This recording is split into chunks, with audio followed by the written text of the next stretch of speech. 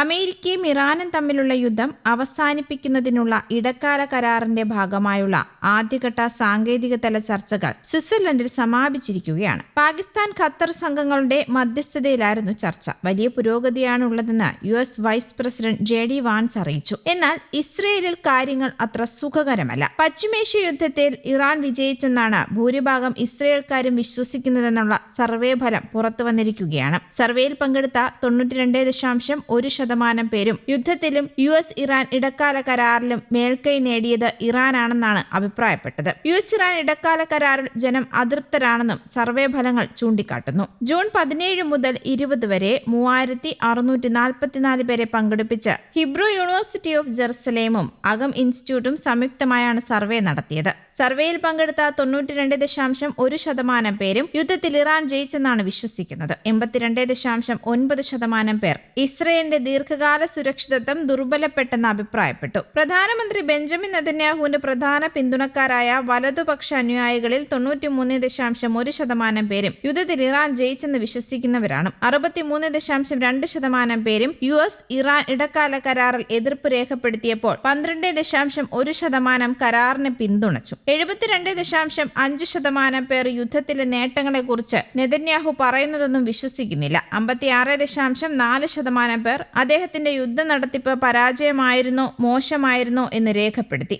പശ്ചിമേഷ്യ യുദ്ധം ഇസ്രയേലിനും നെതന്യാഹുവിനും വരുത്തിയ രാഷ്ട്രീയ നഷ്ടക്കണക്കുകളിലേക്ക് വിരൽ ചൂണ്ടുന്നതായിരുന്നു സർവേ. മാർച്ച് ആദ്യം 40.5% നെതന്യാഹുവിന്റെ പ്രധാനമന്ത്രി സ്ഥാനത്തിനുള്ള പിന്തുണ ജൂണിൽ 29.4% കുറഞ്ഞു. എന്നാൽ ഹിസ്ബുള്ളക്കെതിരെ ലെബനനിൽ ഇസ്രയേൽ നടത്തുന്ന സൈനിക നടപടിക്ക് ഇസ്രയേൽ ജനതയുടെ പിന്തുണയുണ്ട് എന്ന് സർവേ സൂചിപ്പിക്കുന്നുണ്ട്. 48.1% പേർ ആക്രമണങ്ങളെ പിന്തുണയ്ക്കുന്നു. 21% പേർക്ക് മാത്രമാണ് എതിരഭിപ്രായമുള്ളത്.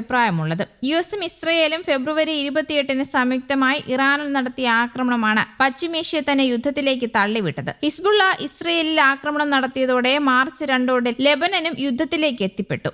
ഗാസയിലെ ആക്രമണങ്ങൾ അവസാനിച്ച ഉടൻ തന്നെ ഇസ്രയേൽ വീണ്ടും യുദ്ധത്തിനിറങ്ങിയതിനോട് ജനങ്ങൾ അതൃപ്തി പ്രകടിപ്പിച്ചിരുന്നു. പ്രസിഡന്റ് ഡൊണാൾഡ് ട്രംപുമായുള്ള തന്റെ വ്യക്തിബന്ധത്തെക്കുറിച്ചും ഇരു രാജ്യങ്ങളും തമ്മിലുള്ള നയതന്ത്ര വിയോജിപ്പുകളെക്കുറിച്ചും ഇസ്രയേൽ പ്രധാനമന്ത്രി ബെഞ്ചമിൻ നെതന്യാഹു തുറന്നു പറഞ്ഞതും ചർച്ചയാകുന്നുണ്ട്. ഇരു നേതാക്കളും എല്ലായ്പ്പോഴും പരസ്പരം എല്ലാ കാര്യങ്ങളും പൂർണ്ണമായി അംഗീകരിക്കാറില്ല എന്നും കാരണം ഇരുവരും 2 സ്വതന്ത്ര രാജ്യങ്ങളുടെ നേതാക്കളാണെന്നും അദ്ദേഹം വ്യക്തമാക്കി. എന്നാൽ നിലവിലെ ഏത് സാഹചര്യത്തെക്കുറിച്ചാണ് അദ്ദേഹം ഈ പരാമർശങ്ങൾ നടത്തിയതെന്ന് വ്യക്തമല്ല. അന്താരാഷ്ട്ര നയതന്ത്ര ഉച്ചകോടിയിൽ സംസാരിക്കവെയാണ് നെതന്യാഹു ഈ കാര്യങ്ങൾ പങ്കുവച്ചത്. പ്രസിഡന്റ് ട്രംപ് ഞാൻ ആഗ്രഹിക്കുന്നതെല്ലാം ചെയ്യാറില്ല, അതുപോലെ അദ്ദേഹം ആഗ്രഹിക്കുന്നതെല്ലാം ഞാനും ചെയ്യാറില്ല. ഞങ്ങൾ സ്വാതന്ത്ര്യവും അഭിമാനവുമുള്ള 2 രാജ്യങ്ങളുടെ നേതാക്കളാണ്. അതുകൊണ്ട് തന്നെ ചിലപ്പോഴൊക്കെ ഞങ്ങളുടെ അഭിപ്രായങ്ങൾ പരസ്പരം വ്യത്യാസപ്പെട്ടിരിക്കാറുണ്ട് എന്ന് നെതന്യാഹു പറഞ്ഞു. മധ്യേഷ്യയിൽ നിലവിലുണ്ടായ പുതിയ സംഭവവികാസങ്ങളുടെ പശ്ചാത്തലത്തിൽ ഇസ്രയേൽ പ്രധാനമന്ത്രിയുടെ ഈ പ്രസ്താവന വളരെ സുപ്രധാനമായാണ് വിലയിരുത്തപ്പെടുന്നത്. ഹമാസ്, ഹിസ്ബുള്ള കൂടാതെ ഇറാന്റെ പിന്തുണയുള്ള മറ്റ് സായുധ ഗ്രൂപ്പുകൾ എന്നിവരിൽ നിന്നും കടുത്ത സുരക്ഷാ വെല്ലുവിളികളാണ് ഇസ്രയേൽ ഇപ്പോഴും നേരിട്ടുകൊണ്ടിരിക്കുന്നത് എന്നാണ് നേതാക്കൾ പറയുന്നത്. ഈ വിഷയങ്ങളിൽ അമേരിക്ക ഇപ്പോഴും ഇസ്രയേലിന് ശക്തമായ പിന്തുണ നൽകുന്നുണ്ടെങ്കിലും ട്രംപ് ഭരണകൂടം ഇസ്രയേലിന്റെ എല്ലാ ആവശ്യങ്ങളും ഉടൻ തന്നെ അംഗീകരിക്കാറില്ല.